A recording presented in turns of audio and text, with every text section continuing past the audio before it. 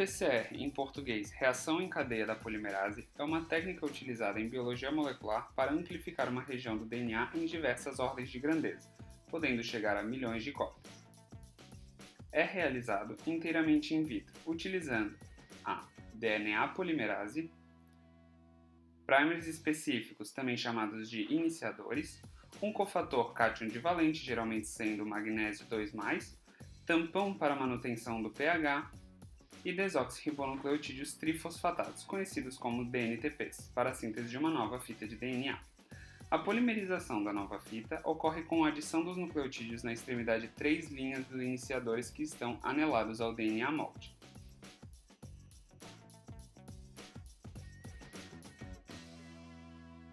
Esses primers podem ser de dois tipos, um com orientação forward do DNA e um com orientação reverse. Esses primers geralmente apresentam um tamanho entre 12 e 22 nucleotídeos. O processo é iniciado pela desnaturação por aquecimento do DNA a ser amplificado para a separação total das duas fitas. O anelamento dos iniciadores na fita simples do DNA é induzido para que ocorra depois o alongamento pela TAC DNA polimerase.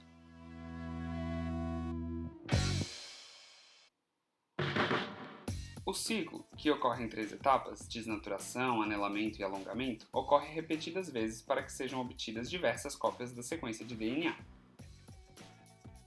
Cada etapa de um ciclo é dependente de uma temperatura diferente, fazendo-se necessário o uso de um equipamento adequado para a alternância térmica, chamado de termociclador. O número de ciclos da PCR vai depender de quantas vezes se quer amplificar o DNA, mas geralmente não passa de 35, pois a reação pode perder a exponencialidade.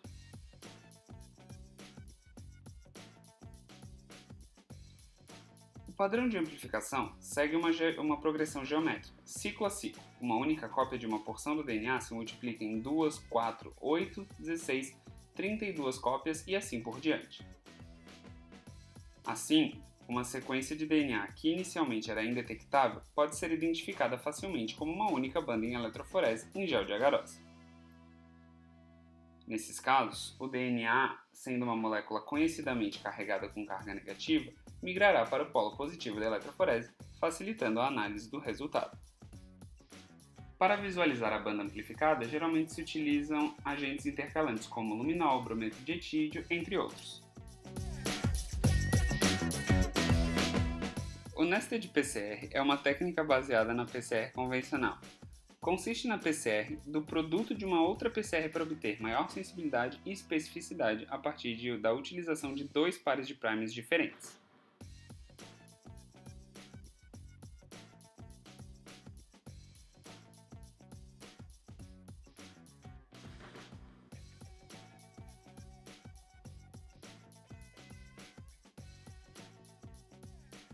Essa técnica ocorre a partir de um primeiro par de primers que vai se anelar em uma região flanqueadora àquela de interesse, fazendo com que o produto da reação seja um segmento de DNA com a região objetivada, além de uma região ajusante e outra montante. A partir dessa primeira rodada da PCR, utilizam-se primers específicos para amplificação da região de interesse somente. Assim, obtém-se o fragmento desejado em grandes quantidades.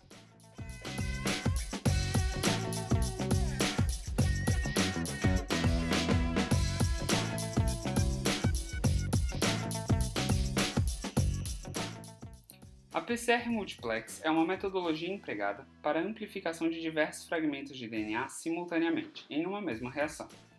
A técnica faz uso de diversos pares de primers para diferentes regiões do DNA serem amplificadas de modo que haja, ao fim, diversos produtos específicos referente a cada par de primers utilizado.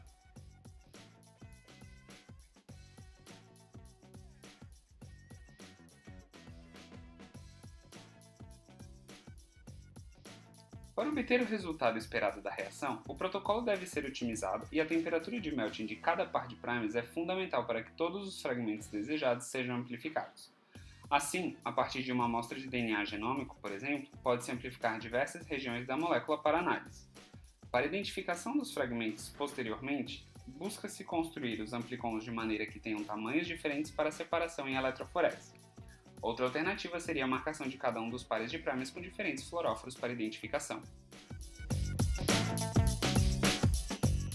A técnica touchdown envolve a variação da temperatura durante a etapa de anelamento ao longo dos ciclos da PCR.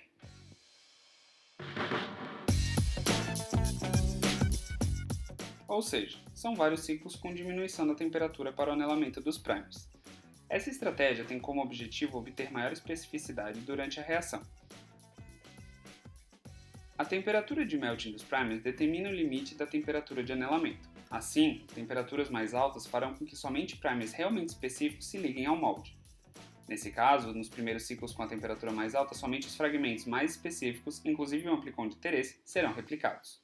Ao longo dos ciclos, com a temperatura mais baixa, será aumentada a eficiência do processo por facilitar o anelamento dos primers.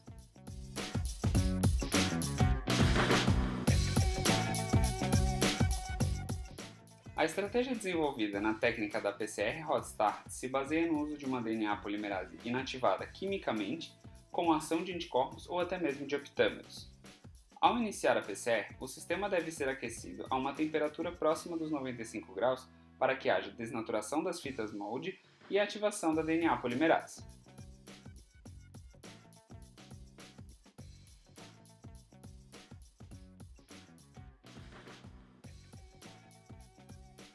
Assim, objetiva-se maior especificidade, evita-se a formação de dímeros de primers, aumenta a produção de DNA-alvo e a sensitividade da técnica.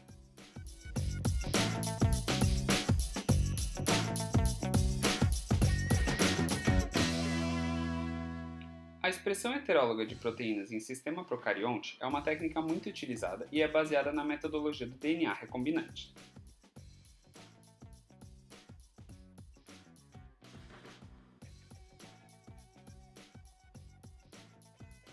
Conceitualmente, se trata da expressão de proteínas provenientes de genes de outras espécies inserindo a informação genética através de vetores. O processo conta com duas etapas principais, sendo a primeira a construção do vetor contendo o gene a ser expresso e a segunda seria a inserção dessa molécula de DNA recombinante na célula hospedeira, neste caso, procarionte.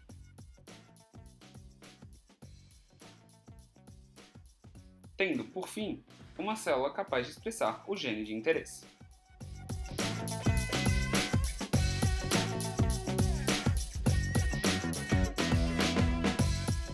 O uso das enzimas de restrição é essencial na aplicação e execução da metodologia, pois são elas as responsáveis por clivar corretamente o vetor e o inserto, para que haja ao final a correta expressão do gene desejado.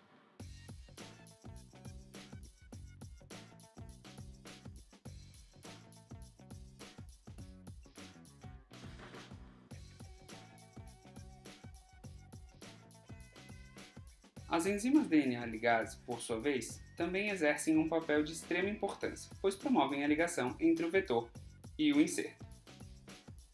Em relação aos vetores utilizados, devem-se definir os objetivos do trabalho para que possa obter o resultado desejado. Um dos vetores mais comuns utilizado na pesquisa é o plasmídio bacteriano.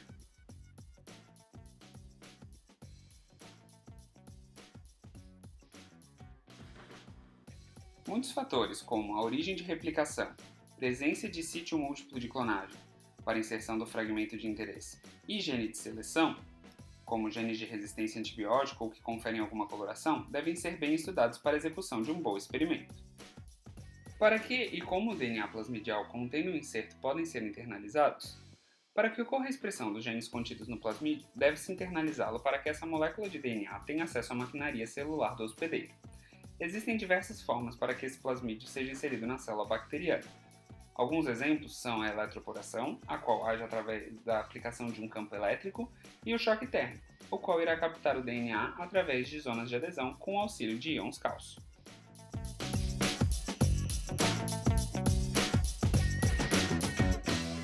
Um passo muito importante para a expressão de proteínas heterólogas em procariotos é a determinação de alguns elementos do DNA que auxiliarão o processo de expressão. A escolha de um promotor forte é um deles, sendo um exemplo muito utilizado o promotor LAC, o qual possui altas taxas de expressão quando ativado. Em relação à sua ativação, ela ocorre de maneira induzida pela presença de PTG, um análogo da alolactose, e que não será consumido pela célula. Para a otimização da expressão, a adição da molécula indutora ocorre durante a fase exponencial do crescimento bacteriano. Sabendo que o código genético é degenerado e que cada tRNA é produzido em quantidades diferentes em cada espécie, um ponto a ser pensado é em relação à presença de códons raros no organismo que será utilizado como hospedeiro. A solução para um caso de presença de códons raros é a inserção do gene responsável pela produção dos RNAs transportadores relacionados àqueles códons necessários, ou também basear-se na otimização de códons raros, ou seja, alterar a sequência gênica para códons sinônimos preferidos pelo hospedeiro. Outra questão muito importante é referente às modificações pós-traducionais, as quais podem prejudicar totalmente a expressão da proteína desejada. Pensando em algumas proteínas de eucariontes e sua relativa complexidade, torna-se difícil simular os processos que ocorrem nesses organismos em um sistema procarionte. Modificações como glicosilações, fosforilações ou ligações de sulfeto são extremamente complicadas para que sejam executadas nas células bacterianas, podendo levar à ineficiência do processo de expressão do gene inserido ou até à não funcionalidade da proteína.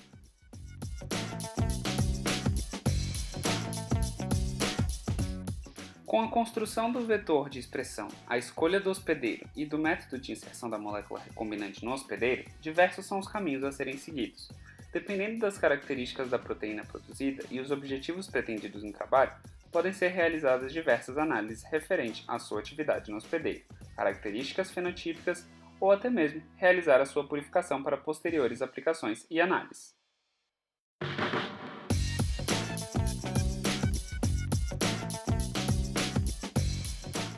Os processos relacionados à PCR convencional e suas variantes, além da expressão heteróloga de proteínas, são interligados. A PCR entra como ferramenta de utilização para técnicas de expressão heteróloga, uma vez que, para a verificação de diversas etapas desse processo, como por exemplo a verificação da correta inserção dos genes em plasmídeos, essa técnica é fundamental. Outro passo importante na qual a PCR faz parte é para a preparação do inserto e do vetor, seja na obtenção de uma grande quantidade de moléculas, assim como no posicionamento de adaptadores específicos que facilitem a ligação entre o vetor e o inserto.